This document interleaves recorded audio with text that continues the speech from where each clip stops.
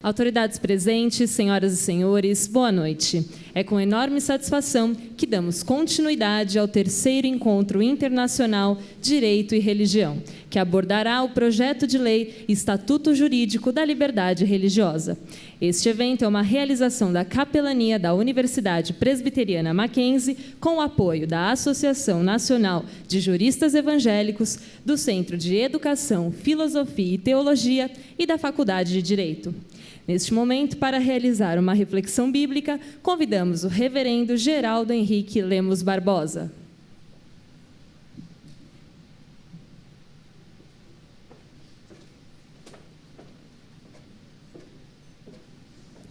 Boa noite a todos, com a graça e a paz do nosso Deus.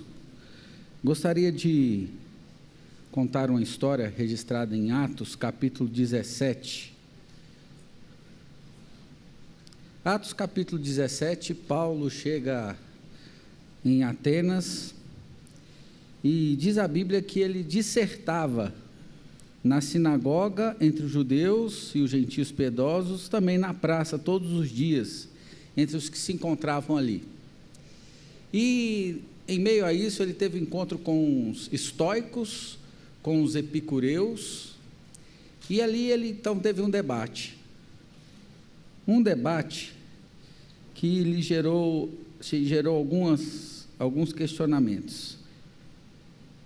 O primeiro questionamento que gerou, no capítulo 17, versículo 18 do livro de Atos, diz assim: os epicureus e os estoicos fizeram uma pergunta: o que quer dizer este tagarela? Tagarela é uma expressão no grego muito interessante, que significa uma ave que fica em meio ao lixo, mas significa também coisas que são ditas que são de só menos importância. E aí disseram assim: mas ele fala sobre dois deuses, ele fala sobre Jesus e fala sobre ressurreição, ele fala de deuses estranhos. Paulo é levado ao Areópago, lá ele percebe então vários outros deuses, e no versículo 23 ele diz assim: o meu Deus é esse aqui, que tem um altar que diz assim, ao Deus desconhecido. Mas, pastor Geraldo, o que o senhor quer dizer com isso tudo? Quer dizer, queridos, que nós lutamos pela liberdade religiosa, não para fazer críticas, não para fazer mensuras, mas nós lutamos por uma liberdade religiosa porque nós temos o nosso ideal de pregação clara. Nós pregamos Cristo ressurreto. Esse é o nosso ideal. E nós queremos o quê? Pensando sobre liberdade de expressão. Tão somente continuar pregando que Cristo morreu na cruz, ressuscitou para que tivéssemos vida em abundância.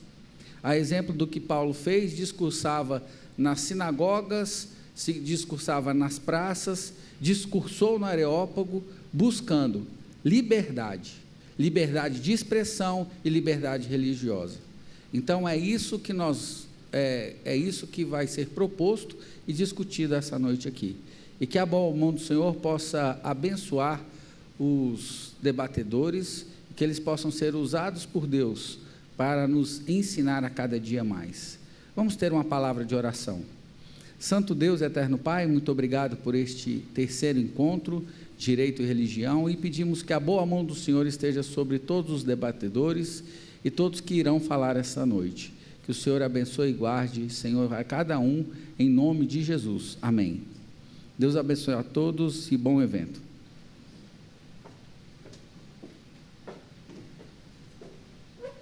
Registramos e agradecemos a presença das autoridades da Universidade Presbiteriana Mackenzie, em nome do professor Dr.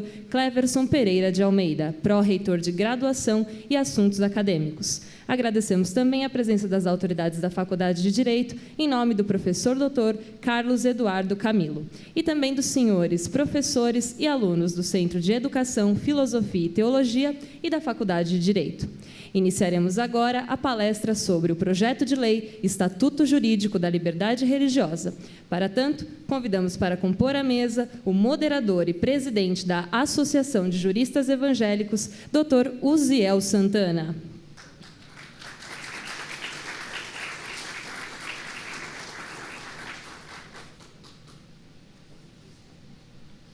Convidamos também o palestrante e autor do projeto de lei Estatuto Jurídico da Liberdade Religiosa, deputado Leonardo Quintão.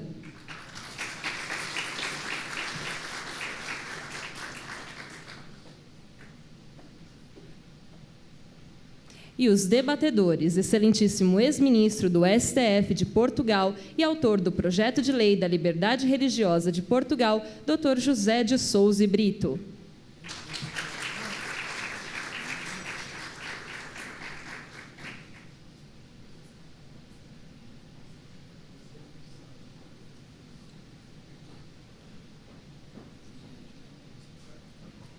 Convidamos também o professor Dr. Mauro Meinster, diretor do Centro Presbiteriano de Pós-Graduação Andrew Jumper.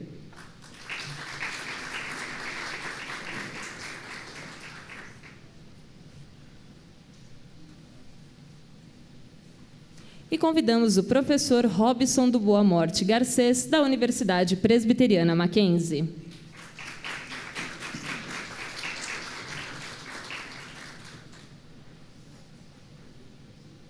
Lembramos que, ao final do debate, faremos uma sessão de perguntas. E agora passamos a palavra ao Dr. Uziel Santana. Boa noite a todos presentes nesse auditório. Boa noite a essa seleta mesa de conferencistas para esse terceiro Seminário Internacional da ANAJURE e da Mackenzie sobre liberdade religiosa.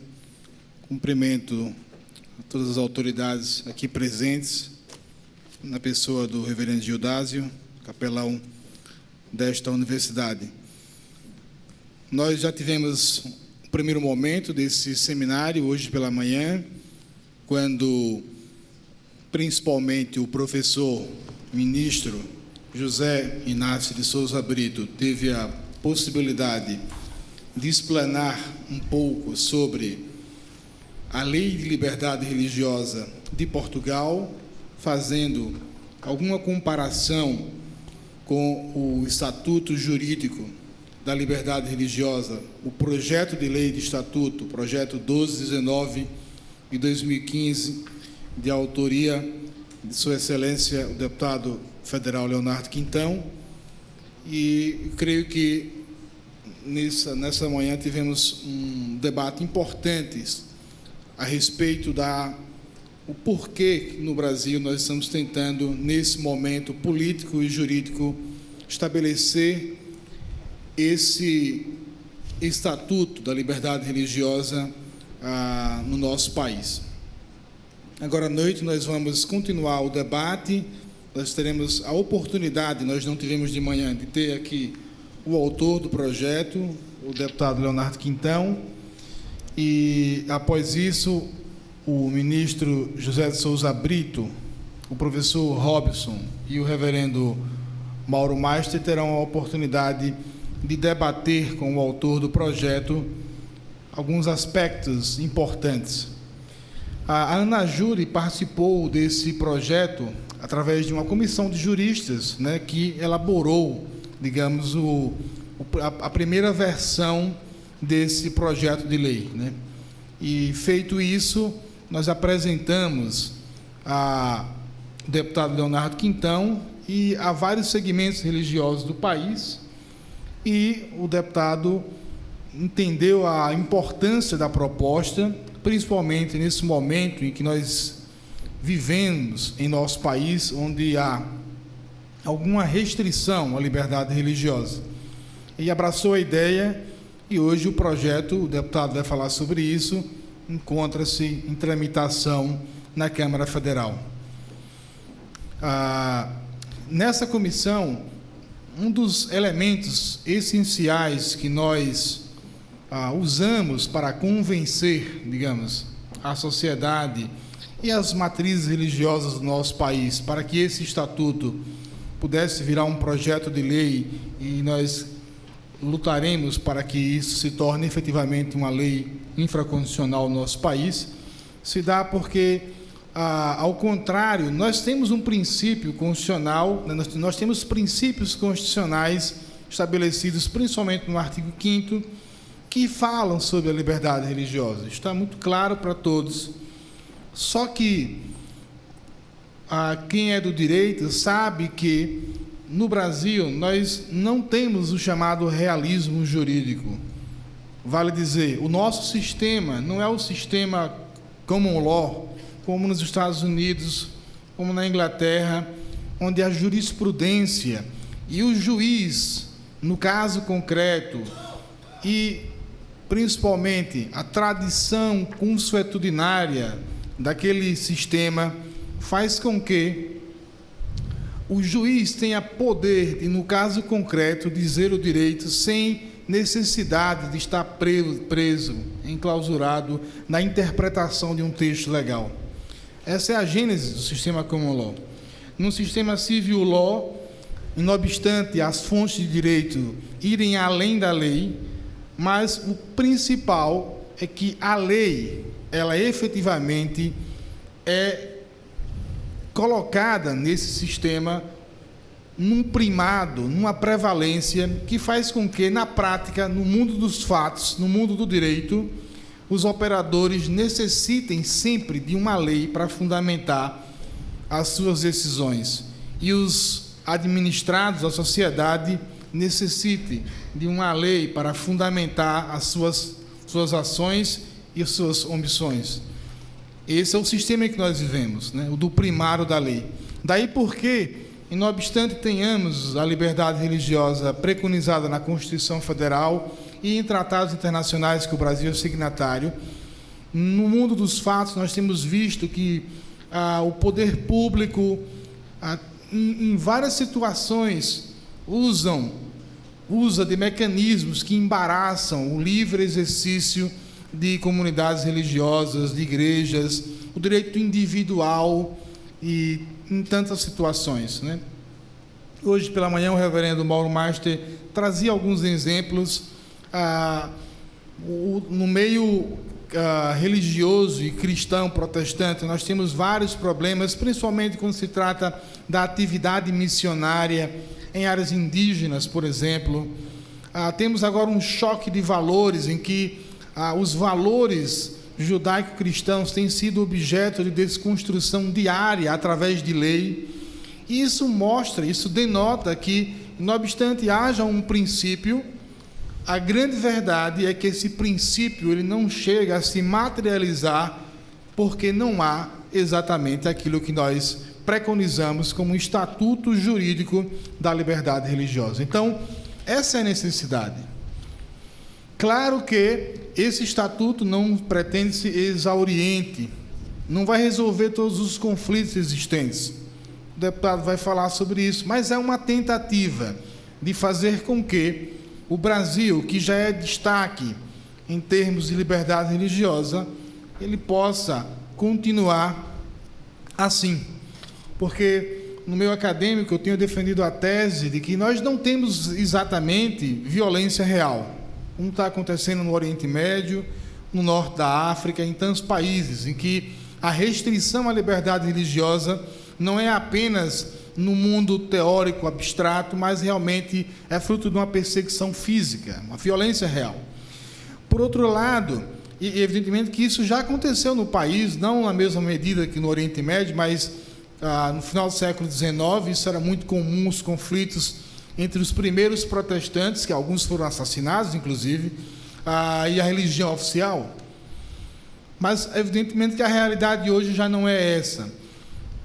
Só que, se nós não temos violência real, por outro lado, nós temos o que eu chamo de violência simbólica, que é aquela que acontece através do discurso secularista, antirreligioso, é aquela que acontece também em discursos interreligiosos, em que não há o respeito, em que não há tolerância, em que a dignidade da pessoa humana ela não é valorizada, onde o hate speech, né, o discurso de ódio, ele domina o cenário público, o espaço comum. Então, esses são os problemas que nós enfrentamos no Brasil de hoje. E uma tentativa de resposta para isso é exatamente o projeto de lei 1219 de 2015, que tem como autor o deputado federal Leonardo Quintão. E eu queria, nesse momento, passar a palavra para o deputado, para que ele pudesse falar um pouco sobre a origem desse projeto, um pouco do projeto em si, e qual a situação atual lá na Câmara Federal, no momento em que o país passa por uma grave crise política também. Então, deputado Leonardo Quintão, com a palavra.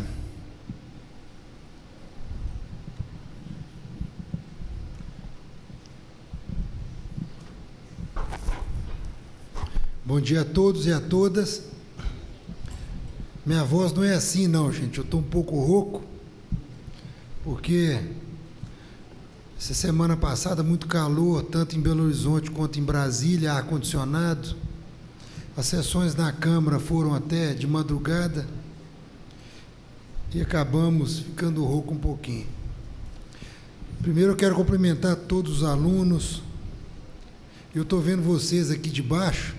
Outro dia eu estava aí. Como é bom ser aluno de faculdade. Vocês estão de parabéns. Vocês aproveitam muito esse período da vida, que depois fica melhor ainda, tá? Mas essa época é uma época tão gostosa. Então saibam aproveitar. Eu sou deputado federal por Minas Gerais. Eu fui vereador em Belo Horizonte. Fui deputado estadual. Estou no meu 3º mandato de deputado federal.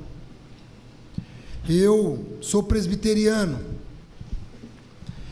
E você pode me perguntar, em Minas Gerais, a nossa economia, ela é baseada em mineração, siderurgia, boa parte. E no Congresso Nacional, eu tenho uma grande atuação, tanto nessas duas áreas, de mineração e siderurgia. Eu sou o atual relator da Lei de Mineração Nacional. E também defendo a siderurgia, porque a minha região do Vale do Aço é uma região que depende muito de siderurgia. E você pode me perguntar, Leonardo, mas por que você está falando disso e não do Estatuto da Liberdade Religiosa? Eu estou dizendo isso porque eu fui motivado a entender sobre as dificuldades de liberdade religiosa, tanto no Brasil como no mundo, depois que eu tive a oportunidade de conhecer o doutor Uziel e a Ana Júri. Fui convidado a participar na Universidade de Oxford, no ano de 2013, de um debate, na qual o doutor Uziel me convidou, junto com a baronesa da Inglaterra, Elizabeth, com representantes do Canadá, dos Estados Unidos, da Austrália, de países da África Central, da África do Sul, também da região do Sul da África, do Oriente Médio e da América Latina, sobre a questão da liberdade religiosa de crença. E lá eu estive e comecei a entender a fragilidade que o mundo está hoje a respeito da liberdade de crença. Pude ali ouvir relatos de países no Oriente Médio, onde cristãos estão sendo assassinados, e outras religiões também de minoria, por professar determinada fé. Pude ouvir ali relatos de famílias que tiveram que mudar dos seus países, como no Iraque, na Síria, países na África Central também, e África do Norte, onde milhões de pessoas estão sendo obrigadas a sair das suas vilas por professar determinada fé. O país da Jordânia, hoje nós temos mais de 2 milhões de refugiados, e boa parte desses refugiados, quase na sua totalidade, são de famílias que foram expulsas dos seus territórios, devido à sua etnia, devido à religião que ele professa. Hoje, no mundo, são 60 milhões de refugiados. Nunca antes nós vimos, desde a Segunda Guerra Mundial, um êxodo, uma migração de milhões de pessoas por professar determinada fé, seja ela cristã ou seja ela muçulmana, uma etnia de minoria, estão sendo obrigadas a saírem por causa da violência. E é por isso, senhoras e senhores, que como parlamentar, eu fui convidado para militar, através da Ana Júri. Para tanto, doutor Uziel, eu te agradeço por ter me sensibilizado como parlamentar brasileiro, para envolver nesta matéria que é de extrema importância para nós, seres humanos. O Brasil é considerado no mundo um dos países com maior nível de tolerância religiosa. Aqui nós podemos processar a nossa fé, seja ela cristã, protestante, católica, seja ela de origem africana, outras fés, outras religiões. Como disse o doutor Uziel aqui, no passado nós enfrentamos extremas dificuldades, mas ainda no Brasil nós temos diversas situações onde a sua religião, ou não ter religião, ela não é respeitada. Eu estive durante o ano de 2013 e 2014, e agora o ano de 2015, em debates na Inglaterra, nos Estados Unidos, agora recentemente. Doutor Uziel, nós iremos à Jordânia para visitar os campos de refugiados. No ano passado e nesse ano nós conseguimos realocar uma família do Iraque, cristã, que foi ali expulsa da sua casa pelo Estado Islâmico, outra do Afeganistão, por ter convertido ao cristianismo. Ela foi condenada à lei da blasfêmia, onde você é condenado à prisão ou à morte por converter a outra religião. E eu vejo isso como uma missão. E esse estatuto, que foi de minha autoria, a Lei 12.000, o projeto de Lei 12.019 de 2015, irá nos dar a oportunidade de aprofundar no que é liberdade religiosa de crença no Brasil. Porque hoje, determinados segmentos da sociedade estão impondo valores na nossa sociedade, não através de leis, porque o local correto de aprovar determinada lei é no Congresso Nacional, mas estão impondo determinados valores através de resoluções e de decisões normativas. E isto não é democrático. Nós temos que dar o direito do Congresso legislar, mas não conseguindo legislar no Congresso, estão indo nos ministérios e aprovando resoluções que impõem determinados pensamentos da nossa sociedade, e isto afrontando o direito de você professar a sua fé, seja ela cristã ou não ter religião. E no Congresso Nacional, esse estatuto irá dar o direito à sociedade brasileira de aprofundar o que é ter liberdade de religião e de expressão, e de como você pode fazer isso, e de como isso, dentro do governo, seja ele municipal, estadual e federal, possa afrontar a sua liberdade de crença, e de exercer a sua religião, e de exercer dentro da sua religião os valores que essa religião prega. E isso nós defendemos no Congresso Nacional. Como que está agora esse projeto de lei? Nós tivemos no mês de maio com o presidente da Câmara para pleitear o andamento dessa proposição. Para tanto, foi discutido a criação de uma comissão especial. Essa comissão especial, ela apensou mais de 20 projetos de lei que debatem sobre diversas circunstâncias de liberdade religiosa. Então foi criada uma comissão especial onde será debatido o Estatuto da Liberdade Religiosa. Esta comissão especial terá um prazo de 40 sessões para este debate. Depois vota-se na comissão especial o Estatuto, onde lá nós teremos membros protestantes, católicos, de religiões com descendência afro, de religiões alguns judeus também irão participar, mórmons estão participando, ateus também estão participando. Não há, hoje, a melhor oportunidade para nós debatermos isso.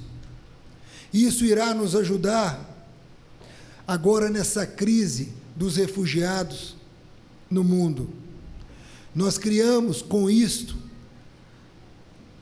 a Frente Parlamentar de Apoio a Refugiados e Ajuda Humanitária. Nós estamos debatendo a situação dos refugiados no Brasil. Estamos orientando o governo brasileiro. Não basta apenas acolher, mas nós temos que integrar os refugiados, dar a eles condição social. Estamos ajudando o governo e motivando o governo brasileiro também no acolhimento, no cadastramento nos programas sociais que o governo já tem para a população brasileira. Isso tudo é fruto do debate inicial que a ANAJURE, através do Dr. Uziel, trouxe ao Congresso Nacional.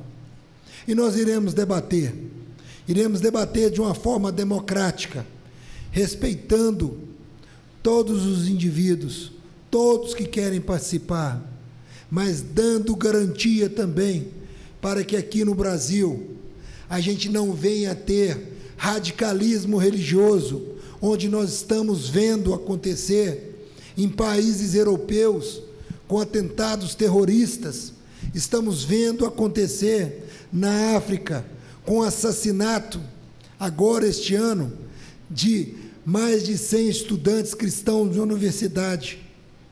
Como nós estamos vendo no Oriente Médio, famílias sendo assassinadas, famílias sendo expulsas dos seus lares, o pai assassinado, a mãe sendo estuprada, a filha sendo estuprada e o filho sendo levado à escravidão pelos exércitos que têm motivação religiosa. E nós temos que olhar por esse lado para não deixar isso acontecer aqui no Brasil. E essa que é a nossa intenção. E eu agradeço o Mackenzie, que é uma universidade confessional, onde você aqui pode falar assim de sua fé, seja ela cristã ou não. Então, senhoras e senhores estudantes, não perca essa oportunidade. Não vamos lutar contra o radicalismo religioso. Vamos lutar para que o Brasil continue sendo um país onde você ainda não sofre perseguição ou abuso por defender ou por não ter fé alguma. Muito obrigado. Quero agradecer ao doutor Maurício pela oportunidade de estar aqui. Agradeço ao doutor Uziel pelo debate e pode contar conosco, porque a própria Bíblia diz que muitos são os ceifeiros, muitos são os chamados, mas poucos são os ceifeiros. E nós temos que estar à disposição disso. Você pode me perguntar, Leonardo, isso é uma boa bandeira para você ter um retorno eleitoral? Não, certamente não. Mas isso é uma boa bandeira para nós defendermos as nossas futuras gerações. Muitos dos meus colegas fazem chacota de mim, porque eu estou defendendo essa bandeira aqui no Brasil. E eles dizem: Leonardo, você é o deputado que defende a mineração, você é o deputado que defende a siderurgia, você é um deputado aqui que participa de comissões importantíssimas.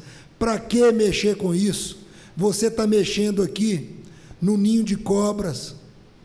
E eu respondo para meus colegas: porque eu creio sim que nós estamos aqui para fazer a diferença, seja isso popular ou não, mas nós temos a nossa obrigação de fazer isso.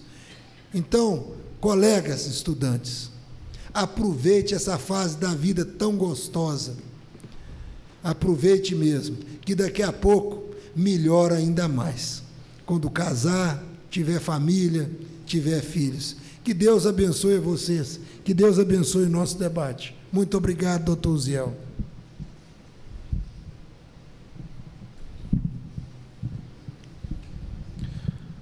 Obrigado, deputado Leonardo Quintão. Nós vamos começar agora uma fase de perguntas para o professor José de Souza Brito a respeito da Lei de Liberdade Religiosa de Portugal, que inclusive foi usada como parâmetro para o projeto 1219 de 2015, Estatuto Jurídico da Liberdade Religiosa do Brasil. O professor José de Souza Brito, ele é ministro aposentado do Tribunal Constitucional de Portugal. Ele foi o autor intelectual da Lei de Liberdade Religiosa de Portugal. Tem várias publicações nessa área, atua em comissões importantes, não só em Portugal, mas na Europa, nessa área de liberdade religiosa. Então, para nós é uma honra tê-lo aqui na Universidade Mackenzie, hoje e amanhã, participando desse terceiro seminário. Hoje pela manhã, ele pôde explanar um pouco sobre as razões que levaram à formação da Lei de Liberdade Religiosa de Portugal, que é de 2001, e depois comparou um pouco com a situação atual brasileira e o nosso estatuto. Então, eu vou inicialmente perguntar e pedir para o professor José Souza Brito que ele possa, já que aqui é um público diferente, né? Eu vou estabelecer um tempo, porque nós temos outros debatedores, tempo de 5 minutos para cada pergunta e resposta. Qual foi a motivação, qual foi o contexto histórico no qual a Lei de Liberdade Religiosa, o projeto de Lei de Liberdade Religiosa de Portugal, foi estabelecido? Eu, em primeiro lugar, queria... Já posso falar, então? Sim. Queria agradecer a introdução extremamente elogiosa que acaba de fazer o Dr. Uziel Santana, e queria saudar todos os membros da mesa, e muito especialmente o deputado Leonardo Quintão, que é o autor da lei, do projeto de lei de Estatuto da Liberdade Religiosa, que vai ser discutido na Câmara dos Deputados no Brasil. E é com imensa satisfação que eu noto que há muita semelhança, há uma grande coincidência na maior parte do projeto com a Lei da Liberdade Religiosa Portuguesa. Penso que foi, tanto quanto eu posso julgar, a maior fonte jurídica de inspiração do projeto brasileiro. É evidente que eu estou de acordo, mas eu queria focar especialmente, se me fosse permitido, porque isso tem a ver com a motivação de que falei esta manhã, o que fez com que se avançasse com uma Lei da Liberdade Religiosa em Portugal. E o que fez avançar uma Lei da Liberdade Religiosa em Portugal foi uma situação de discriminação. Uma situação de discriminação ao nível da legislação, que tinha sido já eliminada 20 anos antes ao nível da Constituição. Depois da Revolução de Abril, a Constituição de 1975 estabeleceu firmemente o direito de liberdade religiosa, e numa disposição extremamente ampla, muito mais ampla que na Constituição brasileira. Porque seguindo e desenvolvendo a Declaração Universal dos Direitos do Homem, a Constituição Portuguesa claramente estende o direito da liberdade religiosa não apenas aos ritos, à liturgia, portanto, ao culto religioso e à liberdade de consciência, de opinião e de pensamento e de expressão dele em matéria religiosa, mas reconhece a autonomia das confissões religiosas na sua própria organização e estabelece de várias maneiras o direito a uma prática religiosa. De que a Constituição Portuguesa, a expressão mais importante é a maneira extraordinariamente ampla do ponto de vista do direito constitucional comparado, como ela consagra o direito à objeção de consciência, que é a única Constituição, agora já algumas que seguiram a portuguesa no mundo precisamente lusófono, mas foi a primeira Constituição que estabeleceu claramente um direito geral à objeção de consciência e não regulou apenas o direito à objeção de consciência ao serviço militar, que era o único que tinha até o momento sido tratado nas Constituições. Portanto, a Constituição Portuguesa tinha claramente consagrado a igualdade em matéria de liberdade religiosa e subsistia uma legislação que vinha do tempo da ditadura ou do regime totalitário de Salazar, que vinha, portanto, de 40 anos desse regime e que se caracterizava principalmente pela existência da concordata e que fazia discriminação a favor da Igreja Católica. A motivação foi pôr a legislação de acordo com a Constituição. No Brasil a situação é radicalmente diferente. A situação é de falta de discriminação, portanto, de ampla liberdade religiosa, sem um documento geral, mas de ampla liberdade religiosa. Há uma concordata, mas a concordata foi feita no Brasil de maneira a não ofender o princípio da neutralidade do Estado. São garantidos na concordata à Igreja Católica os direitos que são garantidos pela Constituição a todos os cidadãos, embora com algumas referências específicas ao caso da Igreja Católica, mas sem pretender um regime de favor. E, por isso, a situação no Brasil é muito diferente. O que parece, e resulta da exposição que ouviram há bocado, do que disse o Dr. Uziel Santana e do que disse primeiro também o deputado Leonardo Quintão, é que há um problema que se tornou agudo no Brasil que resulta de o princípio da laicidade ser entendido, nomeadamente por instâncias da autoridade, pelo governo, também, mas também fora dele, em muitos segmentos da vida social brasileira e da vida política, de uma maneira que se considera ofensiva dos valores tradicionais da nação brasileira que estão ligados ao cristianismo, nomeadamente em matérias como o aborto, como a homossexualidade,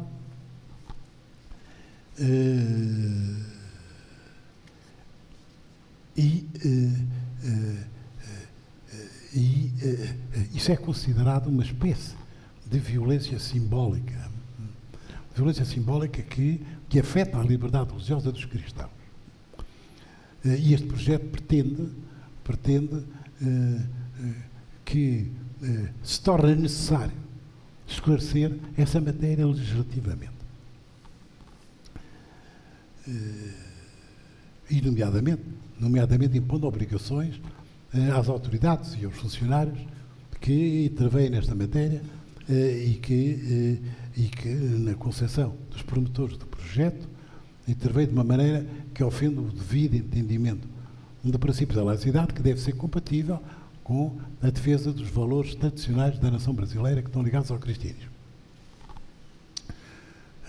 Esta é isso que torna, digamos, urgente ou necessário avançar com esse projeto agora.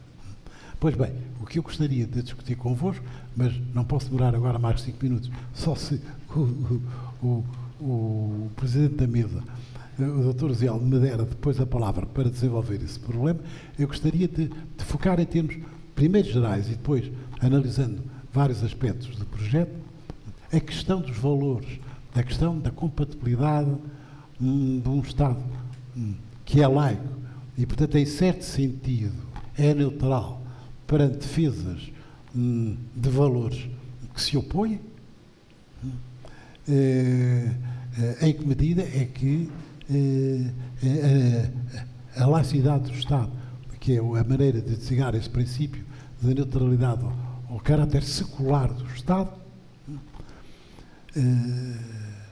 é compatível com o integral respeito pelas convicções religiosas e pelas tradições cristãs de um país como o Brasil. Era esse o tema que eu gostaria de focar, mas isso será o objeto de outras perguntas, se as quiser fazer o Dr. Uziel Santana. Muito obrigado, professor. Eu sei que o professor Robson, ele está na sua tese de doutoramento, que também é em Portugal, Universidade do Porto, não é isso? Professor Robson, esse é um tema que, não obstante haja, principalmente na universidade pública, né? Eu sou professor da Universidade Pública Federal, e é interessante que não há muito espaço para se debater o direito humano fundamental de liberdade religiosa.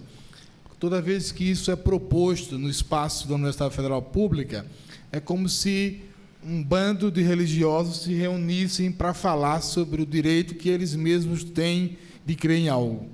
E nos veem como uma espécie de pensadores de segunda categoria. Isso só acontece no Brasil, né? Infelizmente, porque eu estudei em Buenos Aires, depois na França.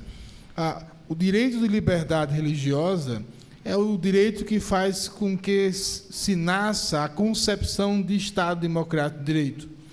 E não existe democracia, não existe Estado Democrático de Direito sem o respeito a duas liberdades civis fundamentais básicas, quais sejam a liberdade religiosa e a liberdade de expressão. Então, eu sei que o professor Robson ele está desenvolvendo um trabalho muito importante nessa área. Eu queria que ele falasse um pouco sobre esses dois conceitos, a liberdade religiosa e da liberdade de expressão, nessa perspectiva, inclusive na Europa, né, como esse tema tem sido abordado lá nas universidades. Cumprimento a todos que estão na mesa, e eu faço na pessoa do excelentíssimo deputado federal, irmão em Cristo, Leonardo Quintão, também o professor, ministro, grande magistrado português, José Brito, muitos demais colegas que aqui estão, professores e alunos, que são a razão de estarmos aqui nesta noite também. A liberdade religiosa, como dito pela manhã e já conhecido por todos nós aqui, é um dos valores mais caros e essenciais para a compreensão dos demais direitos e liberdades que cercam a vida humana, notadamente a vida em sociedade. O fenômeno religioso, independentemente da placa, do credo, e isso envolve até a descrença e o agnosticismo, que é a possibilidade de alguém crer que não é possível relacionar-se ou entender o metafísico, também é protegida pela liberdade de crença, na modalidade da descrença. Tudo isto que vai se exteriorizar pela liberdade de culto, a exteriorização da crença, portanto, e mais a liberdade de organização, nas várias formas de relacionamento com o Estado, vão dar a conformação do que se tem como esse conjunto chamado liberdades públicas, notadamente liberdade religiosa. Quando o professor Uziel toca na liberdade de expressão religiosa, está falando de algo muito importante, posto que a liberdade de crença, a liberdade de expressão da crença, que é o culto, e de organização, que nós reunimos na expressão liberdade religiosa, nascem exatamente no fato de sermos seres racionais, sermos seres pensantes, e essa liberdade de pensamento, vale dizer, de pensarmos dentro de nós mesmos sobre qualquer assunto, vai se desdobrar na liberdade de consciência, que é a possibilidade de nos posicionarmos como assim o desejarmos sobre qualquer assunto, e agora, a partir da liberdade de pensamento, uma possibilidade de ser racional, a liberdade de consciência, o posicionamento, nós temos as várias facetas em que isso vai se desdobrar a si mesmo, ou chegar como numa foz. A liberdade de filosofia, o pensamento filosófico, a liberdade artística, a liberdade literária, a liberdade política, a liberdade religiosa. Mas somente isso? Não, nós somos seres também conviventes, no dizer sempre lembrado de Aristóteles, o zoon politikon, ou animal social, um ser gregário. E é impossível, neste contexto de convivência, que nós não externemos a nossa crença, se nós quisermos cultuar. Se a liberdade de crença é absolutamente subjetiva, de foro íntimo, a de culto já não é assim. E é nesse momento em que a expressão, ou a liberdade de expressão religiosa, toma foros extremamente relevantes.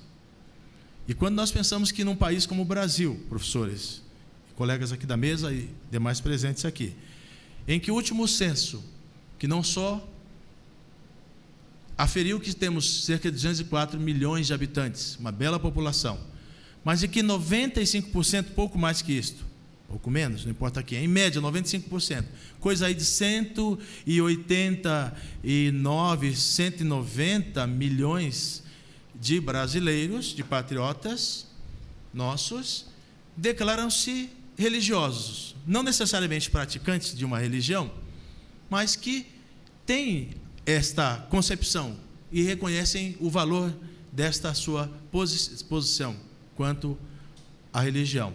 Como é que um país como o nosso vai deixar de tutelar, e o faz bem na sua Constituição, a liberdade religiosa, ainda que na faceta da descrença? Sendo muito objetivo para dizer que liberdade de crença tão somente, sem a liberdade de culto, que é a exteriorização, e também da expressão da crença, é algo um tanto sem sentido, porque nós temos pregado no nosso país que devemos dar vozes à população. Isso é bom, nós temos avançado, nós somos uma sociedade até certo ponto progressista para muitos, mas no momento em que nós tocamos no tópico religião, alguns se escamam ou já acham que, olha, há até um quadrinho que recebi um dia desses por uma dessas redes sociais, em que três líderes falam sobre o amor ao próximo. Então tem lá, e perdoe-me, não é nada direto com você se você for budista, aparece Buda dizendo: devemos amar o nosso semelhante e também nossos inimigos. E um observador diz assim: que lindo, isso é magnífico. Vem um outro de um outro ramo religioso e diz: devemos amar os nossos inimigos e tratar bem aqueles que nos maltratam. Que coisa bela, que sentimento tão nobre. E aí vem uma foto de um líder religioso nascido em Nazaré, muito conhecido dos cristãos, e diz assim: amai os vossos inimigos, amai o seu próximo. O mesmo observador diz: não, lá vem você com religião. O preconceito religioso é algo muito grave. Nós estamos diante de um texto que é o estatuto jurídico da liberdade religiosa. Como dito pela manhã pelo nosso querido professor da casa, professor José Carlos Francisco, juiz federal, dos melhores que temos, este texto corporifica, regulamenta ou propõe uma regulamentação. Há um princípio ou uma série de dispositivos da nossa Constituição, notadamente no artigo 5º, que tratam da liberdade de consciência, de pensamento, liberdade religiosa, de como deve ser tratado aquele que confessa a religião, aquele que não confessa a religião. Então nós estamos num momento muito importante das nossas vidas. Eu não vou falar acerca dos países, como tem tratado nisso, mas só lembro que também são os países da Europa que nesse instante estão, quem sabe, sofrendo um pouco das consequências do abandono da sua fé, esta ou aquela, não importa, no materialismo, numa secularização, e agora vão pagar o preço de, quem sabe, terem deixado de ser um pouco mais exercentes da sua liberdade de expressão religiosa, quem sabe abandonando a evangelização, abandonando o amor ao próximo, abandonando o compartilhamento de valores a alguns povos, que agora têm que receber hordas, miríades de pessoas que estão sendo perseguidas em seus países de origem. Eu fico por aqui, agradecendo a oportunidade. Obrigado, professor Robson. Hoje pela manhã, o reverendo Mauro Meister fez algumas perguntas que, naquele contexto, ficaram sem as devidas respostas, e eu não vou me atrever a respondê-las. Então, eu vou passar para que você faça novamente, reverendo Mauro, as perguntas, e eu vou pedir para o ministro José Souza Brito que possa responder, porque são indagações importantes que refletem o contexto atual e que nós vivemos aqui, principalmente nos países do Ocidente, onde não há violência real, mas há violência simbólica, que é essa que se pormenoriza na desconstrução dos nossos valores.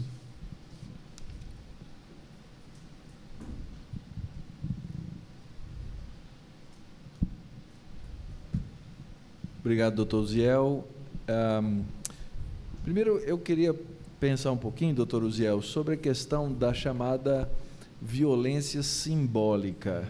Eu sei que existe o conceito e eu sei que acontece a violência simbólica, mas eu não sei se eu entendo o conceito na sua inteireza, porque há determinadas áreas em que a violência ela foge do símbolo para se concretizar em determinados atos e ações que violentam a fé, ainda que não seja violência física. Isso seria também violência simbólica? É simbólica, é nesse sentido? Ok, tá bom. E eu digo isso porque eu sinto isso muito no contexto da educação cristã escolar. Eu sou diretor de uma associação de escolas cristãs aqui no Brasil, e nós percebemos que há vários níveis em que essa violência acontece contra a escola quando ela busca coerência entre aquilo que a instituição crê, a sua fé, e o discurso educativo. Então, essas barreiras, elas aparecem constantemente. Barreiras regulatórias, barreiras de preconceito intelectual, que já foi aqui citado, a ideia de que se você é cristão, então você é incapaz de pensar e de usar a razão. Barreiras interpretativas. É interessante como o agente político, ele muitas vezes ele interpreta a lei em favor da sua concepção ideológica contra a escola. Estou falando ali do indivíduo que recebe, por exemplo, um projeto político-pedagógico de uma escola, e ali existe uma terminologia cristã, e ele diz, não, isso não pode estar aqui, porque o Estado é laico. Isso a gente enfrenta isso frequentemente. O preconceito da dicotomia entre fé e razão, ciência e religião. Se você é escola, você não pode ser religioso, enquanto que a nossa LDB é muito clara em dizer que existem escolas confessionais. Então, tudo isso são coisas que acontecem e que, às vezes, inclusive, impedem o funcionamento de uma escola, de alguma coisa que foi ordenada, organizada e juridicamente estabelecida, e uma secretaria de educação chega lá e diz, não, você não pode ser assim. Então, isso acaba virando uma violência de fato, a meu ver.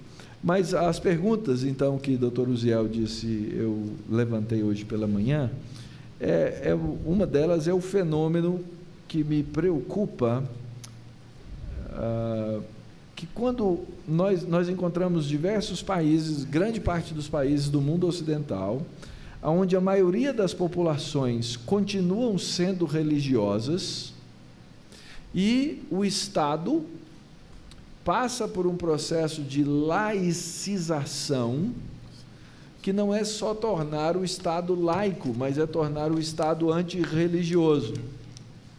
Então, você encontra a maioria de uma população religiosa, mas a liderança, e até tem alguém aqui que conversou comigo, que estuda esse conceito das pressões de grupos minoritários, faz com que determinados conceitos religiosos sejam opostos. Essa é uma coisa que me preocupa. Como é que a gente pode explicar esse fenômeno? E a segunda pergunta, exatamente decorrente da primeira, como é que nós chegamos no ponto onde várias nações, e isso vai se tornando evidente nas ações e atos desses países, eu dei exemplos hoje pela manhã, onde é pregado, ensinado que o Estado é laico, e no ato de tornar-se laico, ele se torna antirreligioso. Essa confusão que existe hoje e que está imperando em vários lugares, inclusive nas grandes e nas maiores democracias do mundo, como Canadá, Estados Unidos e alguns países da Europa. Então, essas foram as duas perguntas fundamentais que eu havia levantado. Muito obrigado. Eu tentarei mostrar que, em primeiro lugar, isto é uma grande questão que tem sido debatida. E eu queria dar um exemplo de uma discussão desta matéria ao mais alto nível. Foi a discussão que teve lugar na Alemanha entre o Papa anterior, o Papa Ratzinger, e um dos principais juízes do Tribunal Constitucional alemão, e católico, aliás, e um dos principais escritores sobre esta matéria, uma das relações entre a Igreja e o Estado, que é Buckenfeld. Buckenfeld, em 56, já há muito tempo, num livro de homenagem a Carl Schmitt, que é um grande intelectual alemão, mas que infelizmente esteve ligado à ideologia nazi, na medida em que foi considerado o grande constitucionalista do Terceiro Reich, embora tenha entrado em conflito e tenha criticado diretamente a posição de Hitler na Constituição do Terceiro Reich, na Constituição de facto existente, mas no livro de homenagem a Carl Schmitt, Buckenfeld levantou o que ele considerava o grande paradoxo do Estado secular. O Estado moderno é um Estado secular na medida em que não faz opções religiosas. Pois bem, o Buckenfeld diz: o grande dilema do Estado secular é o seguinte: o Estado, para fazer valer as suas leis, está dependente da adesão da sociedade aos valores que inspiram as leis. E que, evidentemente, numa sociedade de origem cristã, historicamente, são impregnados na sua fundamentação de ideias religiosas, como seja um Deus que é Pai de todos, os homens são todos iguais, etc. Pois bem, o Estado depende, para que possa confiar que as pessoas acatam as suas leis, de a sociedade aceitar uma série decisiva de valores fundamentais. Os valores, nomeadamente, estão ligados à dignidade humana e aos direitos fundamentais, que têm, historicamente, uma origem cristã.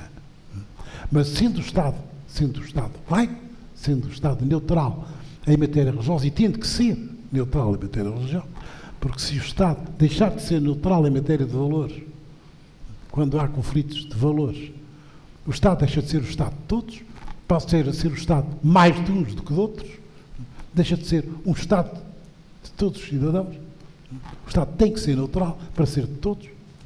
Pois bem, o Estado não pode defender os valores de que depende. O Estado está dependente de outros. O Estado não pode defender. Quem pode defender é a família, são as religiões. Esses, sim, ocupam-se dos valores de maneira diversa, segundo as diversas tradições, e no Estado cristão, naturalmente, de uma maneira dominante, ou tendencialmente dominante, através das várias formas de religião cristã. Mas isso não é função do Estado. O Estado depende daquilo que não pode defender na sua atividade. Bom, Isto é o problema, o dilema do Estado neutral. Isto escreveu o Bacanferda no livro de homenagem ao Carlos Miro. E o Papa, bastante depois, de facto quase 20 anos depois, o Papa Ratzinger, o Papa Bento XVI, veio dizer que por isso mesmo, pelas razões que diz, que acaba de dizer, que foram postas a claro pelo Bacanferda, o Estado deve favorecer as instituições, deve apoiar as instituições que defendem os valores sociais de que ele, afinal, depende, para poder funcionar efetivamente como Estado. E por isso não pode ser neutro relativamente aos valores da sua sociedade. Por isso deve apoiar o ensino religioso nas escolas, deve manter os símbolos religiosos tradicionais no espaço público, porque se não defende as instituições e os símbolos que cultivam valores, está perdido na sua própria eficácia e na sua própria função. E isto serviu, o Papa apoiou-se nisto para defender não só o apoio e, nesse sentido, o privilegiamento do ensino religioso das escolas públicas, para defender a manutenção dos símbolos religiosos na vida pública em geral e no discurso público, para defender que na Constituição da Europa houvesse uma explícita referência ao cristianismo como fundamento da Europa. Portanto, tirou consequências. E que não se poderia, portanto, equiparar este aspecto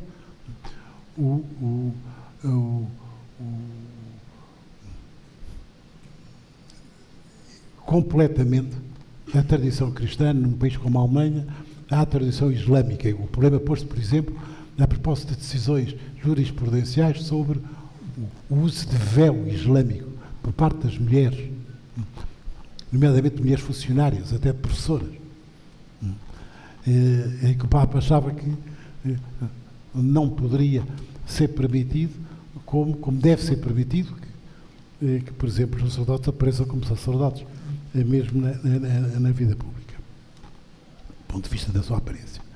Portanto, pois bem, o Bacanferda, que tinha levantado o problema, discordou frontalmente do Papa. O Bacanferda diz que todas as religiões têm que ser iguais, o Islão, como o cristianismo, para um Estado neutral. O único limite é a ordem pública. O Islão não pode defender a poligamia nem praticar a poligamia no Estado. Isso é matéria da ordem pública. Mas podem as mulheres islâmicas trazer o véu. Isto foi a posição do Bacanferda. Eu penso, a consequência foi que na Alemanha se tendeu, isto tem a ver agora com a própria concepção da Constituição, na Alemanha se tendeu a dizer que o Estado neutro, afinal, defende no essencial a ordem pública. Aqueles valores absolutamente radicados e expressos na própria Constituição e que, como seja, por exemplo, a família monogâmica. Mas no resto, com o limite da ordem pública, tem que dar igual espaço a todos, a todas as religiões e todas as ideologias em matéria de valores. Portanto, o Estado apenas defenderia, apenas se apoiaria no núcleo essencial. E isso foi usado, por exemplo, pelo Tribunal Constitucional Alemão para permitir que as testemunhas de Jeová fossem consideradas como comparáveis à generalidade das igrejas, que são corporações na Alemanha de direito público, e supõe que são fiéis ao Estado. Há uma certa forma de fidelidade ao Estado que é pressuposto desse estatuto. na Alemanha, não noutros países. É uma peculiaridade do direito alemão. Mas só que se podiam as testemunhas de Jeová ser consideradas fiéis ao Estado, elas tendem a considerar que o Estado é demoníaco em geral. Não só no serviço militar, mas em geral. E por isso recusam o serviço cívico. Pois bem, o Tribunal Constitucional alemão andou à procura de haver um mínimo ainda de valores nas testemunhas de Jeová que coincidiu com o essencial, com a tal ordem pública do direito constitucional alemão, e acabou por dizer que sim. Pois bem, eu penso, e aqui está, eu penso que o caracteriza a posição que o Estado Constitucional deve tomar em matéria de valores é uma atitude fundamental de tolerância e, portanto, da liberdade das várias concepções de valores na sociedade que tendem a divergir cada vez mais, precisamente, já mais que na sociedade brasileira, mas também na sociedade brasileira, muito claramente na Europa, com a mudança de estrutura das populações, com os refugiados. Agora vem milhares, já há milhões de turcos em Berlim, agora vem mais 1 milhão cada ano, por decisão de Merkel. Pois bem, a resposta para mim está na ideia de liberalismo político que é defendida, por exemplo, por um autor como John Rawls. E a ideia básica é isto. Há no Estado de Direito não um mínimo de valores, mas realmente uma base fundamental do consenso que se estrutura de facto em matéria de valores na dignidade humana e nos direitos fundamentais. Mas o consenso não abrange as fundamentações. O consenso é que todos devem ter os mesmos direitos fundamentais. Mas se é porque Deus é Pai comum de todos, ou porque não há Deus, e no entanto é melhor que se respeitem os direitos fundamentais porque é útil para todos, para um ateu é completamente indiferente ao Estado de Direito. Isso é o problema de como das razões por que cada um aceita a base de consenso, que são os direitos fundamentais. Portanto, se isto é assim, então o Estado tem o apoio de todas as moralidades na sociedade. Quer dizer, desde que as moralidades apoiem os valores básicos do Estado, todas são bem-vindas e reforçam moralmente, embora cada uma de maneira diferente, um por razões religiosas, outro por razões filosóficas, outras por razões de mera oportunidade política, sejam quais forem, mas as moralidades todas que existem na sociedade apoiam, por razões diversas, o mesmo conteúdo fundamental. E, portanto, o Estado não está reduzido à ordem pública ou ao mínimo dos mínimos. Bom, isto é o que eu penso, a maneira correta de pensar é a questão dos valores. Mas daqui resulta que o grande problema, a dificuldade deste estatuto que é proposto, é que o estatuto pretende privilegiar o que considera os valores tradicionais da nação brasileira. Uma nação brasileira que, naturalmente, menos, em tempos passados, certamente, mas em tempos recentes, muito menos, do que nos países europeus, é uma nação plural, de tradições religiosas, embora haja uma clara dominância do cristianismo. Mas, se vierem os milhares de refugiados, como é bom que venham, bom por razões nomeadamente, de caridade cristã, por razões também de direito, por causa do regime do direito de asilo, é um Estado cada vez mais plural. Pois bem, deve o Estado, por lei, favorecer o que no projeto se chama as manifestações e expressões culturais e religiosas da nação brasileira, que são privilegiadas no projeto, ou não? Ou o que o Estado deve proteger é apenas os direitos fundamentais, que são certamente favorecidos pelas tradições culturais e religiosas da nação brasileira. Esta é a grande questão. O que me preocupa na maneira como esta matéria é tratada no decreto, é que o decreto, desenvolvendo migrar de uma forma semelhante, como vos disse, tirando este aspecto. À lei da liberdade religiosa portuguesa, o decreto cria um regime especial de sanções. Os funcionários que atentam contra estes valores tradicionais da região brasileira não são punidos apenas porque desobedecem à lei, segundo o regime geral de punição de funcionários que desobedecem à lei. São punidos por esta lei, com um regime especial de sanções. Não será isto criar contra a violência simbólica uma violência que não é simbólica, que é jurídica e que seria inconstitucional, a favor de uma certa fundamentação dos valores que são comuns? Esta é a grande questão, é a grande dificuldade deste projeto. Muito bem, professor. Eu vou passar para o reverendo José Carlos, para ele fazer comentários sobre o debate e fazer uma pergunta para o deputado Leonardo Quintão a respeito do PL 1219. Eu estou aqui para representar o Dr. Darby Charles, nosso chanceler, que não pôde estar conosco. Eu vou falar a partir de um ângulo que nós estamos acostumados a ver aqui na universidade, que é o ângulo da academia, da pesquisa acadêmica. Há muita discriminação em nosso país. Nossa academia é positivista e, por isso, ela exclui algumas coisas. Talvez nós aqui temos perdido parte do nosso progresso acadêmico, inclusive pelas nossas posições anticristãs. Existe um homem que tem feito bastante progresso dentro da teoria do conhecimento humano, chamado Alvin Plantinga, professor de uma universidade muito conceituada nos Estados Unidos, Notre Dame, e ele provou com argumentação racional e lógica que o conhecimento de Deus faz parte do nosso conhecimento. A sua epistemologia foi tão inovadora e impactante que recebeu o nome de epistemologia reformada, se referindo claramente ao pensamento calvinista reformado. Ele revolucionou a proposta fundacionalista do pensamento, aliás, proposta esta que nós usamos para construir a nossa racionalidade.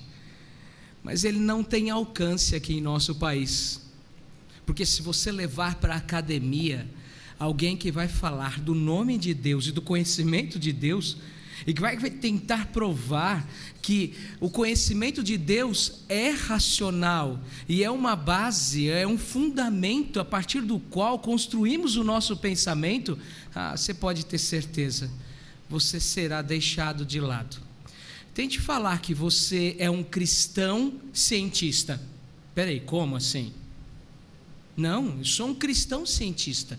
Aliás, nós estamos envolvidos no ambiente onde, quando falamos, somos uma universidade cristã, mas vocês fazem ciência e são cristãos, o preconceito é notório em nosso país. Eu creio que discutir o assunto é discutir algo que é extremamente precioso para nós: liberdade acadêmica. Liberdade acadêmica. Elemento tão caro no surgimento da ciência e tão necessário para nós. Temos liberdade, de fato, hoje para trazer pesquisas que envolvem valores?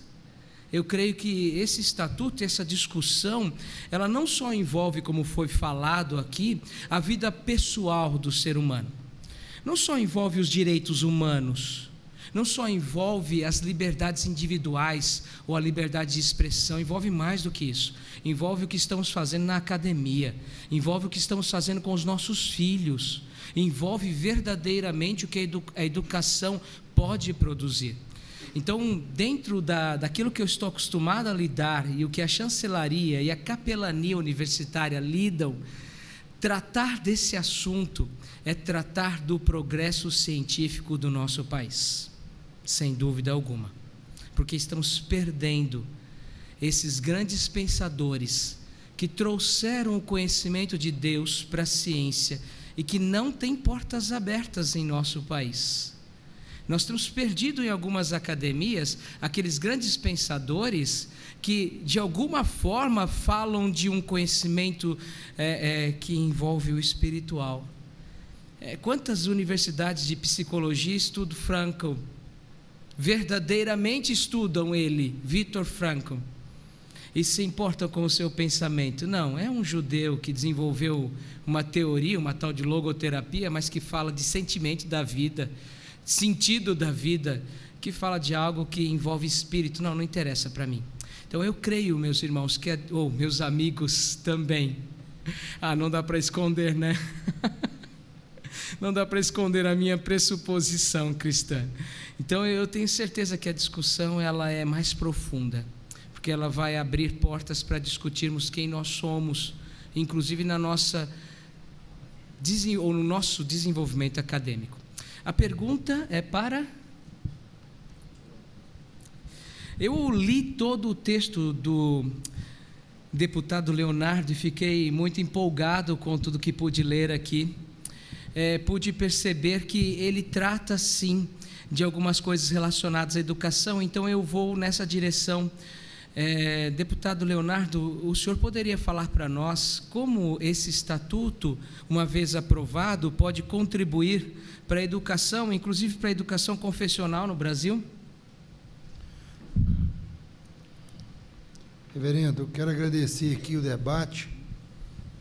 Olha, quando o legislador ele entra com a proposição, quando nós entramos, nós aproveitamos muito a lei de Portugal, a Ana Júlia nos ajudou muito, e a comissão especial, que foi o grande ganho que nós tivemos, a criação da comissão especial. Por que isso? Geralmente um projeto de lei na Câmara dos Deputados, ele inicia-se na Comissão de Constituição e Justiça, e depois passa pelas comissões temáticas, Comissão de Direitos Humanos, Comissão de Finanças e Tributação e diversas outras comissões. Com a criação da comissão especial, isso nos dá a oportunidade de um debate intenso da determinada matéria, com membros da comissão que têm interesse na matéria em específico. Por exemplo, nós estamos agora acabando de nomear os membros da comissão. Provavelmente nas próximas semanas nós iremos nomear a comissão. Na questão específica da educação, nós iremos aprofundar quais são os direitos de determinadas religiões, ou de não ter uma religião, seja numa escola primária e até numa universidade, para que você tenha a liberdade de defender determinadas posições pessoais, e essa posição pessoal, em todos nós, de ter ou não ter uma religião, ela influencia os valores da nossa vida, e ela influencia a maneira que nós relacionamos com o próximo. E tem acontecido no Brasil, quando determinada religião é mencionada em exemplos educacionais, o professor ou o aluno é punido por usar do seu exemplo pessoal na execução de suas tarefas.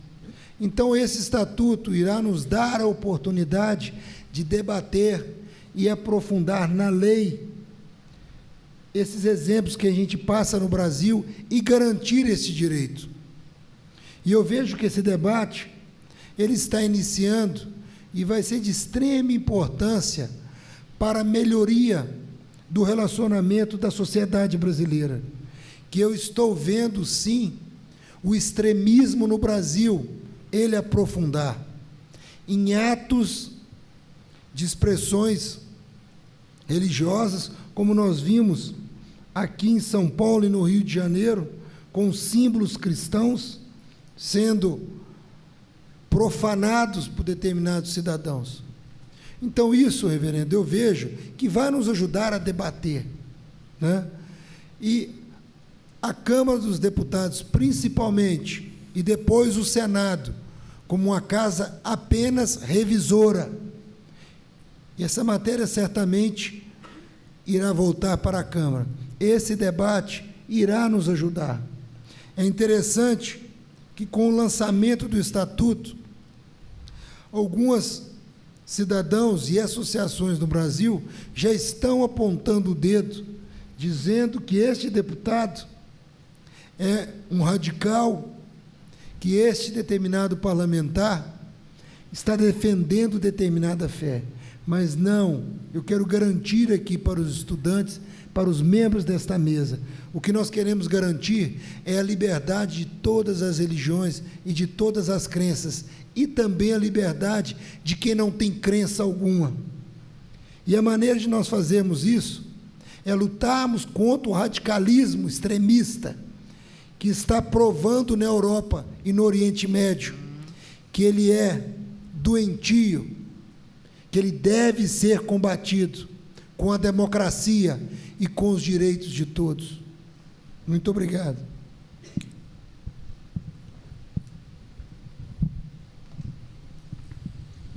Eu sei que o professor Robson quer fazer um comentário, mas antes dele fazer, vocês podem preparar eventuais perguntas e dirigir a qualquer um dos componentes da mesa. Nós temos mais, eu creio que 10 minutos, é isso, reverendo Gildásio? E aí nós vamos franquear para que o auditório possa participar. Eu sei que vocês estão aí loucos para fazerem perguntas aqui. Estou vendo aqui a cara de vocês, estudando e tal. Mas tem que fazer o relatório, senão não vai ganhar ponto. Deve ter isso, não tem, reverendo Gildásio, aqui? As participações vão se encaixando. O reverendo Mauro Meister pontuou as populações, o país, estados em que há uma população quase que predominantemente autodeclarada religiosa, ou que se diz religiosa, mas esses estados vão se laicizando ou secularizando num movimento muito contrário àquilo que é o retrato do seu elemento mais vivo, que é o povo. O único elemento vivo do Estado é o povo. O Brasil, repito, tem 204 milhões, 190 e tantos se dizem religiosos. Há um professor lá na cidade do Porto, não é o meu orientador é o Paulo Ferreira da Cunha, professor Paulo Ferreira da Cunha. Mas há um professor não muito conhecido no Brasil, o professor José de Brito, Souza de Brito deve conhecê-lo. Paulo Polido Adragão. Ele tem um livro muito interessante que fez sua tese de doutorado lá em Coimbra ou Lisboa, não me lembro agora. Mas é interessante que ele fala algo, ele diz assim: uma universidade privada, particular, mas também uma pública, que não tenha um curso de teologia, não é uma universidade. Sobretudo, se for num país em que a população seja predominantemente religiosa. Porque nós nos preocupamos com a cor da borboleta da Serra do Japi, nós nos preocupamos com, olha, muitas coisas, estudos, etc. Mas quando chega no elemento religioso, não. Religião, não. Qual é mesmo o nome da nossa cidade? São Paulo. Nosso estado, São Paulo. Quantos feriados religiosos? N. Quem tem coragem de sair por aí com a camiseta dizendo, desculpe a expressão, todo muçulmano é um babaca, todo cristão é um otário? Alguém teria coragem? Não, porque sabe que isso é crime.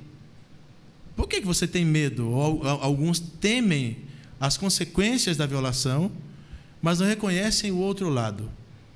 Tirem o fenômeno religioso do nosso país e você vai ter muitas pessoas que estariam hoje no crime, nas drogas, na bebedeira, que estão nas igrejas. Tudo bem, com o seu palitozinho, com a sua Bíblia debaixo do braço, o seu jeitinho, né? Simples às vezes, ou sofisticado, quem sabe. Pensem nisso. Uma universidade que não tem um curso de teologia, sobretudo se ela for contrária, numa neutralidade, que na verdade é uma posição antagônica ao estudo do fenômeno religioso. No meu trabalho, na tese de doutorado, a gente não está, até porque é pesquisa, o resultado a gente nem sabe a que vai chegar necessariamente, mas ao estudar a laicidade do Estado, como bem dito já aqui por outros componentes da mesa, é claro, ficou mais do que claro, está cada vez mais patenteada a seguinte afirmação: laicidade no sentido puro não é antirreligiosidade. Muito obrigado, professor. Muito bem. Não sei se alguém tem alguma pergunta. Pode falar alto, tem o microfone aqui. Oi, meu nome é Gabriel, eu sou estudante da Faculdade de Direito aqui do Mackenzie. Eu queria perguntar para o Dr. José de Souza Brito como ele enxerga a questão do ativismo judicial, principalmente a atuação contramajoritária dos tribunais, que acabam, por vezes, dando privilégios para algumas minorias e muitas vezes acabam violando a liberdade religiosa dos cidadãos. Professor. Pois eu só posso dizer que são duas questões diferentes. Uma é o ativismo judicial, que tem evidentes perigos, e um deles será o levantar questões que se consideravam assentes e bem assentes, nomeadamente em matéria de liberdade religiosa, que se calhar deviam continuar a considerar-se bem assentes, porque são questionadas por qualquer representante do Ministério Público. Outra coisa, isso é um aspecto, se justifica pagar o preço da agitação social que isso implica. É claro que não é só a agitação social, há certos males da sociedade brasileira, injustiças, desigualdades, corrupção, que se não houver esse ativismo social, se calhar nunca são devidamente atacados. Portanto, há que pesar na balança, e eu não pronuncio verdadeiramente, no sentido positivo ou negativo, penso que a questão é complexa, que o mal talvez esteja mais na maneira como evitar excessos que pode haver desse ativismo judicial do que na própria existência de ativismo. Bem, agora, eu não sou, não é a matéria da nossa discussão aqui, não é? Quanto à liberdade religiosa, é evidente que há no pormenor, por mais que a lei avance, e esta lei avança muito e avança em geral, já vos disse, num sentido muito semelhante ao da lei portuguesa, e é bem que avance num direito que não é um direito essencialmente jurisprudencial, mas é um direito legislado. Mas a concretização judicial é inevitável. Haverá sempre questões no pormenor sobre impostos, sobre símbolos em lugares públicos, etc., ou esse tipo de atuações de autoridades que serão discutidos e devem ser discutidos, e em que haverá hesitação jurisprudencial e acabará por vencer, afinal, a orientação do Tribunal Federal. Mas isso é a maneira de resolver as questões do Estado de Direito. Muito bem. Eu que não queria deixar de dizer que eu estou inteiramente de acordo, podia dar a impressão do contrário, mas eu estou inteiramente de acordo com tudo o que disse, que me disse o deputado Leonardo Quintão. E sobretudo com os ideais, com o espírito. É evidente que, e para precisar o que eu tinha dito antes, é evidente que o Estado tem que se concentrar, nomeadamente na educação que é da sua responsabilidade, no que é o núcleo comum, o consenso constitucional no Brasil. E não pode tomar posições partidárias, sejam elas, por exemplo, não da laicidade, que isso é comum, é património comum, a laicidade e a separação, e vem desde o Rui Barbosa, e é um grande fonte de pacificação da sociedade brasileira, mas do laicismo ideológico extremo, que não está consagrado na Constituição. Bom, e que não dá o devido lugar, às religiões e à sua relevância na vida pública e na sociedade. Mas é evidente que as decisões nessa matéria não são decisões que devam variar com o partido que está no poder, mas são decisões que se devem basear sempre na Constituição e que devem concretizar-se através da legislação democrática, através do debate da Câmara de Deputados, não é verdade? E não fora das decisões da Câmara de Deputados serem, digamos, pré-prescritas por decisão ministerial. Estou inteiramente de acordo com ele e estou de acordo com enfim, a orientação geral do que disse, independentemente de eu ter acentuado, porque achei que convinha mostrar precisamente aos estudantes o problema que aqui está. Muito bem. Falei de uma maneira que podia parecer mais antinómica do que é em relação ao projeto. Okay. Tem uma pergunta, alguém ali que levantou a mão? Por favor. Luciano, primeiro T de Teologia aqui do Mackenzie. Queria fazer uma pergunta para o deputado Leonardo Quintão. Como o senhor enxerga essa discussão e essa luta sobre a intolerância religiosa, sobre a busca da diversidade religiosa, sendo que no nosso meio evangélico, as grandes igrejas, os grandes líderes, eles não falam, não dialogam e não passam isso, né, à grande massa dos evangélicos que a gente tem no Brasil, né? Eu atuo um pouco nessa área e vejo que as grandes igrejas, né, tanto tradicionais como pentecostais e neopentecostais, esse discurso, esse debate que nós temos aqui, não se existe. O senhor enxerga desse sentido? Veja bem, lá no Congresso, quando nós temos matérias que é de interesse comum dos parlamentares que se consideram cristãos, seja eles católicos, seja eles protestantes, tradicionais, ou pentecostais ou neopentecostais, tem uma grande unidade, uma unidade total, eu diria. Eu concordo com você, isso é até bíblico, né? O reino é dividido mesmo. Tem uns que pregam, né, como a Bíblia diz ali, eu sou de Paulo, eu sou de Tiago, né? Então, eu acredito que nós não teremos aqui unidade nas comunidades evangélicas.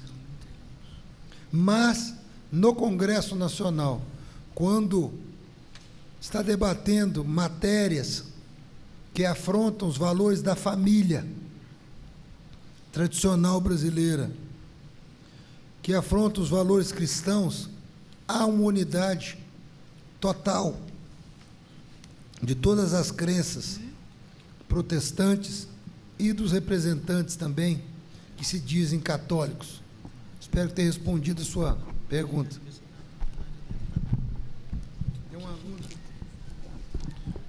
Aqui na frente, por favor, o microfone. As jovens.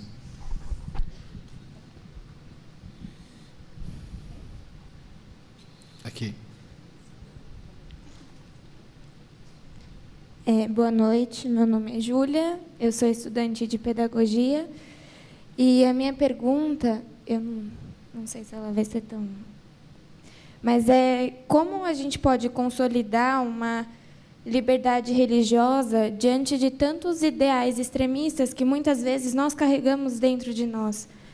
Não, por exemplo, de posicionamentos, de princípios assim, como eu posso manter uma paz, um respeito, até mesmo nas escolas, para nós que somos pedagogas, está levando isso para os alunos, essa paz, esse respeito, sem eu me expressar de uma maneira extremista diante da minha opinião, da minha religião, daquilo que eu levo.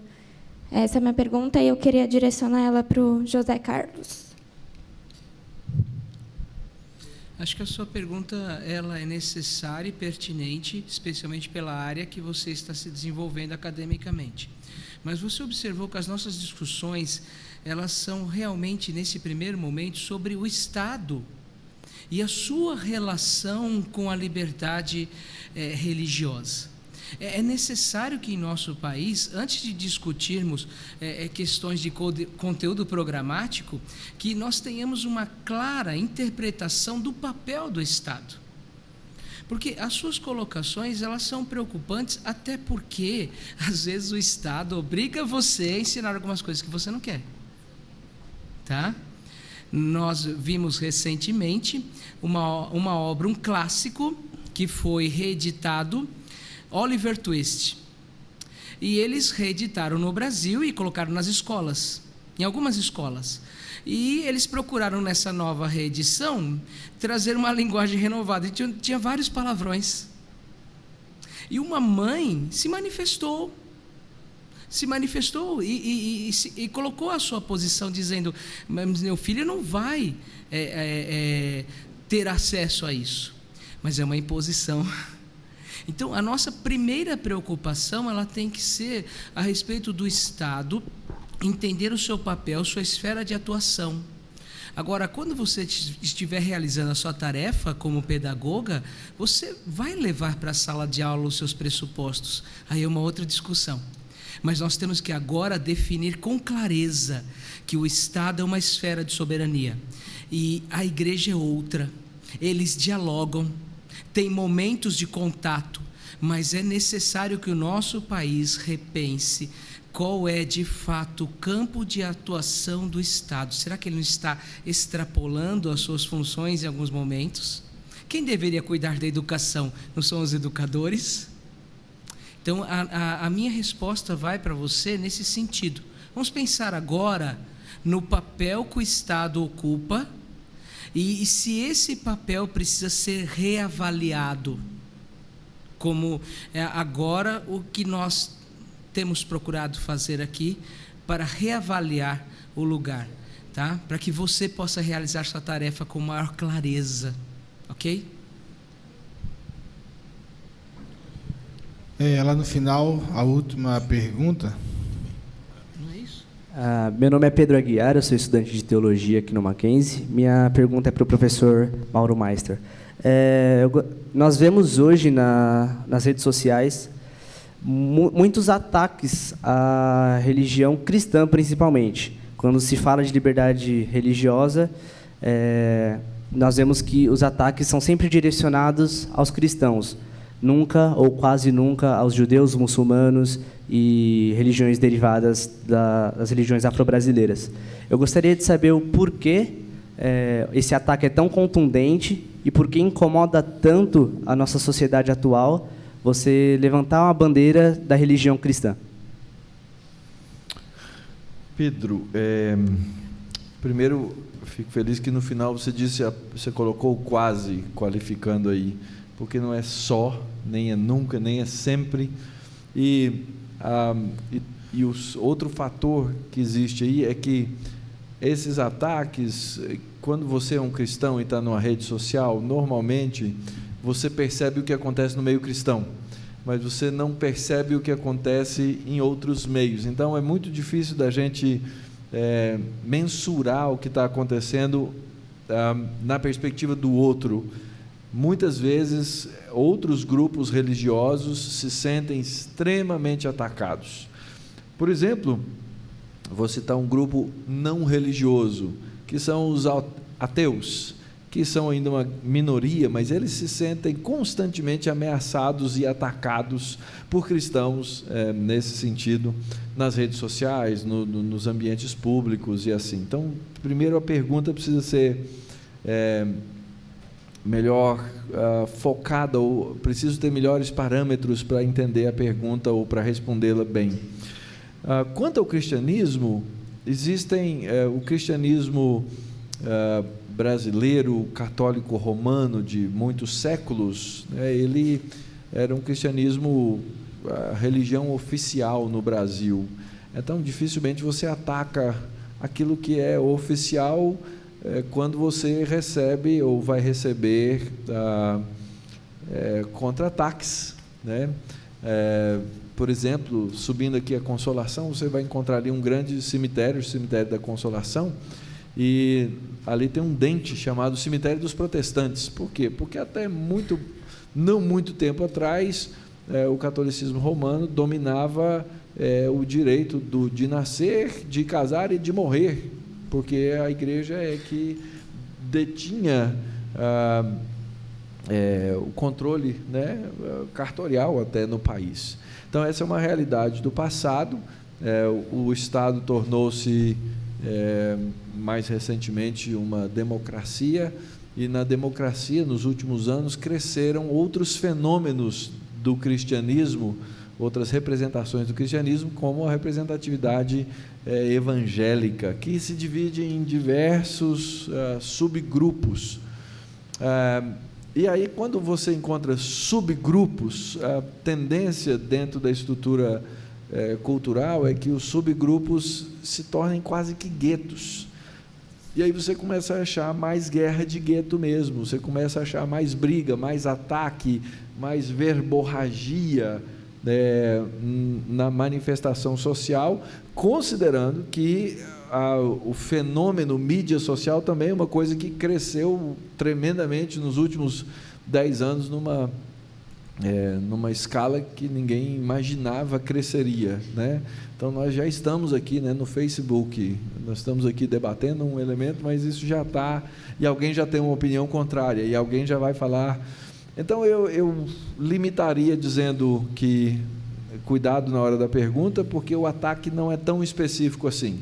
Existem ataques e existem ataques internos, ou seja, os próprios cristãos, em muitas mídias, eles se degladiam, debatem e perdem o bom senso e até a noção do próprio cristianismo ao se tratarem da maneira como se tratam. Mas, aí vem o outro lado, o que acontece é que a liberdade religiosa e o cristianismo evangelical, que vai direto aos evangelhos, ele tende a receber uma ideia, uma crítica negativa muitas vezes, porque ele afirma uma coisa que a sociedade plural tem dificuldade de aceitar, que é uma exclusividade da verdade. A primeira coisa, quando você começa um debate, o indivíduo vira para você e fala assim: mas você se acha o dono da verdade? Ora, nós acreditamos em alguém que disse que ele não é o dono da verdade, ele diz que ele é a verdade.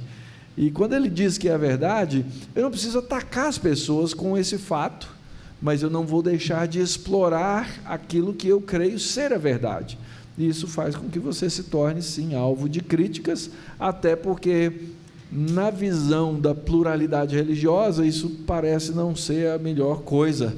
Afinal, se você diz que existe uma verdade, que essa verdade é exclusiva e que Jesus, no caso, é a verdade que salva, você vai receber críticas, sim, não tem como não receber. Mas esse é um lado da moeda. Eu acho que a maioria dos ataques não são em função exatamente disso. Okay?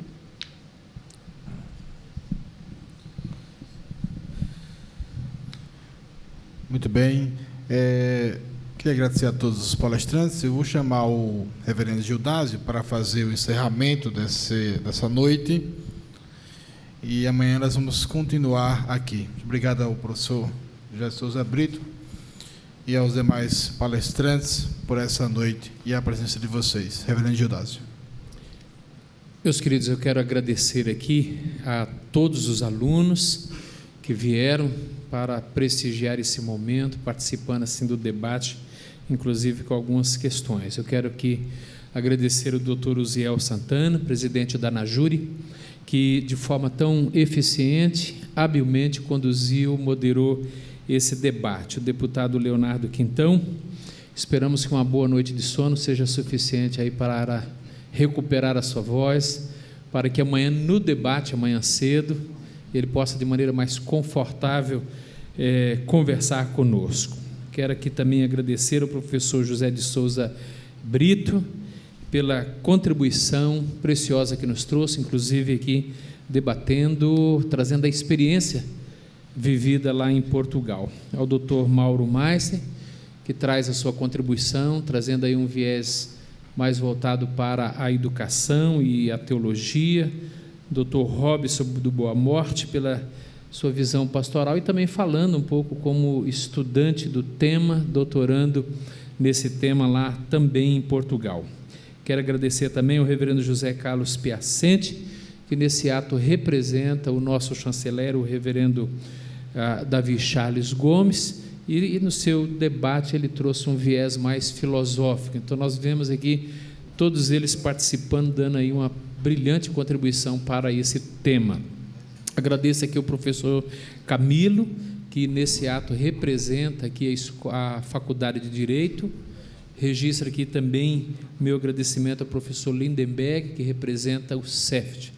Que Deus abençoe a todos, que tenhamos uma boa noite de descanso, e para aqueles que estarão amanhã de manhã conosco, que Deus nos dê também um bom debate. Que Deus abençoe. Muito obrigado a todos.